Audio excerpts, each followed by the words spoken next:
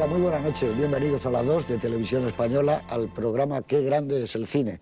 Hoy vamos a ver la película Millonario de ilusiones, que es la traducción de más o menos un agujero en la cabeza, una bala perdida, a un tipo que le falta un tornillo, pero bueno, no está mal tampoco. Millonario de ilusiones de Frank Capra, porque Millonario de ilusiones es el personaje que interpreta Frank Sinatra, iba a decir Frank Capra, que los dos Frankies, en un papel estupendo, porque Frank Sinatra, a lo largo de su carrera, y me refiero cinematográfica, hay una serie de películas donde tú le ves, incluso una serie de escenas de esas películas, donde te das cuenta que es irreemplazable, no puede haber nadie como él.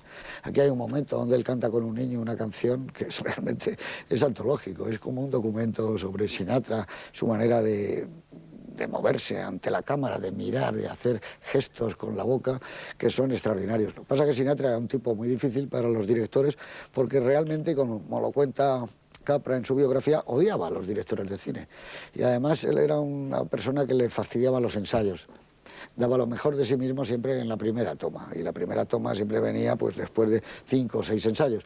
Entonces aquí ya optó porque improvisara en algunos momentos, pero se encontró con otro actor maravilloso de la vieja escuela, de la vieja guardia, que era Edward G. Robinson, que era todo lo contrario, lo que quería era ensayar. A lo cual él decía que después de una hora de ensayos él interpretaba mejor, y fue un desastre el encuentro entre ellos.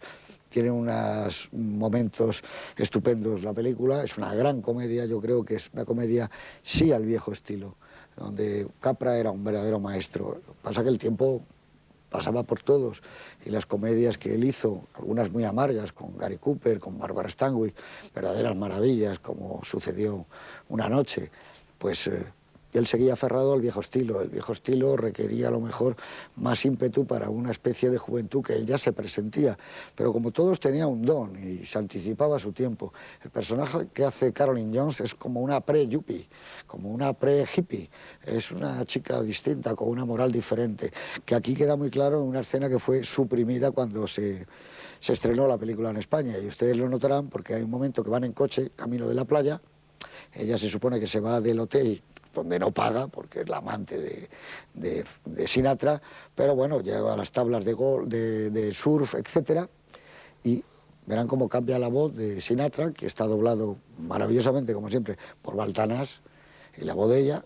Y entonces hay una secuencia insólita donde ella se medio desnuda, va a la playa, hace surf, él decide dejar a su hijo, la vida que lleva, que tienen que hacer otras cosas, irse a La Habana, vivir un nuevo tipo de vida, y eso está en contraste naturalmente con el apego que él va teniendo, según vemos, a su hijo. Pero es curioso lo timorato de la censura de esa época, porque yo creo que se podía seguir viendo la película de la misma manera. Pues no, tuvieron que cortarla de una manera además ridícula y atroz. El corte era bueno en el sentido de que él se supone que va con ella y no va a buscar al hermano al aeropuerto, y llega tarde, pero luego se veía que había estado con ella porque se está despidiendo de la chica. Pero bueno, muy burdo era el corte, y sobre todo que Frank Capra no merecían que nadie le metiera mano en sus películas, ¿no? Era un señor estupendo. Estuvo aquí exactamente donde nosotros estamos ahora, en este mismo plato probablemente, cuando se llamaban los estudios Broston, y vino a hacer una película que se llamaba El fabuloso mundo del circo. Pero la película que quería hacer Samuel Broston con John Wayne no era, por supuesto, lo que quería hacer el señor Capra, que podía haber sido una despedida fenomenal, pero Capra, después de estar unos meses, el guión que él quería no era el que le ofrecían. Evidentemente era una película para John Wayne, donde todo giraba alrededor de John Wayne, y él no quiso. Pero estuvo aquí viviendo en Madrid bastante tiempo, y insisto en este estudio. Millonario de ilusiones es su penúltima película, tiene una estupenda fotografía, magnífico guión, estupendo reparto, pues están todos. Thelma Ritter, que está maravillosa como siempre, el personaje de Edward G. Robinson es fantástico, no duda nunca, es ese actor perfecto que cuando dice, ¿no crees que le gustaría a mi hermano? No, dice, es magnífico. Y un final realmente que no vamos a descubrir ahora, pero un final lleno de alegría y de ilusión. Y yo la veo y recuerdo pues el cine último de Ford, el cine último de Howard Hawks, de todos los maestros tratando de luchar contra un engranaje que no era para ellos. tener que rodar muy rápido cuando no estaban acostumbrados a eso, un plan de trabajo muy difícil y rodar argumentos de otra forma, pero si le hubieran dejado la película hubiera sido estupenda. Al arranque, que ya verán los títulos de un avión sobrevolando Miami, un Miami que llega a ser el Miami de ahora, claro, ya lo preveían ellos que iba a ser ese Miami de ahora, pues hubiera sido distinto. Señor Torres Dulce, don Eduardo, muy buenas noches. Buenas noches, José Luis. Algo de eso denota incluso una cierta melancolía su autobiografía cuando lo escribe, que se ha acabado esa manera de hacer cine, ¿no? Sí, yo creo que él de alguna manera pensaba que esta no iba a ser una de sus últimas películas. Ya veía que tenía dificultades porque prácticamente hacía casi 10 años que no rodaba una película. Y mientras tanto se había metido en un proyecto de rodar películas documentales científicos, educativos. No se sabe realmente bien si porque él se desilusionó con Hollywood o no le ofrecía a Hollywood las posibilidades de las películas, o sencillamente porque él entendió que era un hombre inquieto que podía hacer ese tipo de actividades. Probablemente sencillamente porque Hollywood se olvidó de él.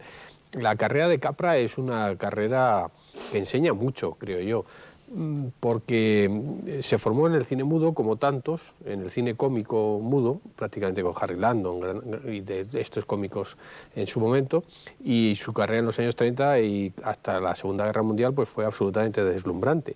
Pero hay un momento en que gira su carrera y es cuando rueda Qué bello es vivir, esa película que hemos puesto ya 2 o 3 veces, ya no sé cuántas en este programa. Todas las Navidades. Todas las Navidades. Y una película que yo creo maravillosa, una película que de alguna forma refleja la antología de lo que era el cine y el pensamiento de Capra. Su ideal, además, como tantos otros directores a la vuelta de la Segunda Guerra Mundial, de tener su propia compañía independiente de producción, la Liberty Films, y se encuentra con que es una película que es un fracaso económico. Vista desde el tiempo, una película que ha dado tanto dinero no se entiende, pero sí que Capra de repente se encontró fuera del tiempo, fuera de Hollywood, y a partir de ese momento es una cuesta abajo en el que realiza algunas películas muy interesantes, pero en la que es un director que no fue capaz de adaptarse, o Hollywood no se adaptó a Capra, al director que había sido. Y entramos en esta fase final de la carrera y yo creo, como tú dices, que Millonario de ilusiones o Cabeza hueca, un agujero en la cabeza, que es el título original, podía haber sido de alguna manera el despegue de la carrera de Capra, y realmente lo fue, porque fue una película que tuvo un enorme éxito y le permitió hacer inmediatamente una película con miles de problemas, creo que se ha puesto en el programa también, sí, que es Un gángster para un milagro con Glenn Ford. Y a partir de ese momento, curiosamente, estamos a principios de los años 60, Capra, aún muy joven, no tenía ni la edad de los demás veteranos, deja de hacer películas, tiene varios proyectos.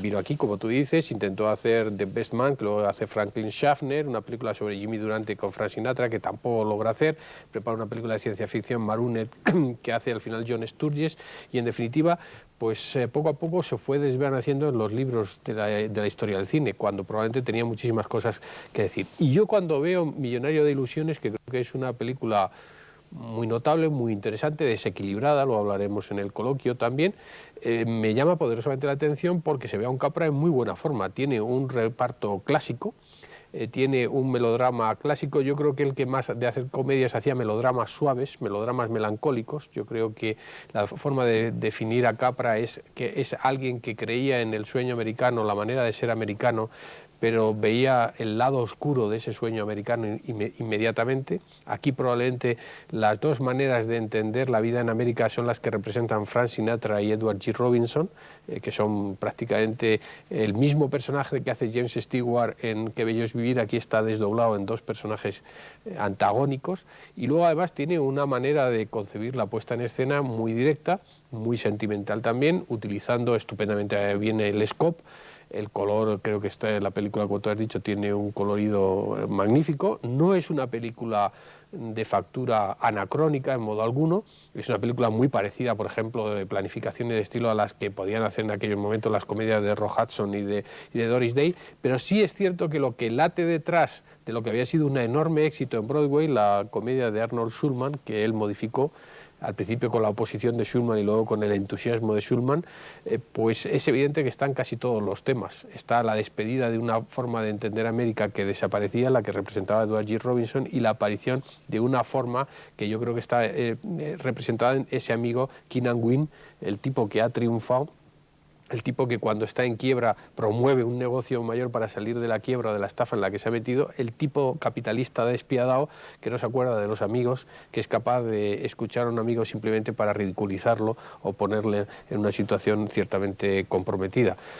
Para mí es un verdadero misterio por qué Capra desapareció de la historia de Hollywood, del momento de Hollywood, y para mí es un misterio cómo Capra en muy buena forma en el año 59, pues prácticamente tras el medio fracaso, los problemas que tuvo con Glenn Ford. Es cierto que ya los grandes dirigentes de los estudios, él lo cuenta en su autobiografía, se muere Harry Cohn, el último gran magnate de Columbia en ese momento, se están desapareciendo, una forma de entender el cine estaba desapareciendo, pero había algunos que siguieron haciendo cine. Hawks siguió haciendo cine, Raoul Walsh siguió haciendo cine, John Ford siguió haciendo cine. Estoy refiriéndome a cineastas de una edad muy superior a la de Frank Capra. Pero la estrella de Capra se había apagado, y uno cuando ve en esta película el talento de Capra para poner en escena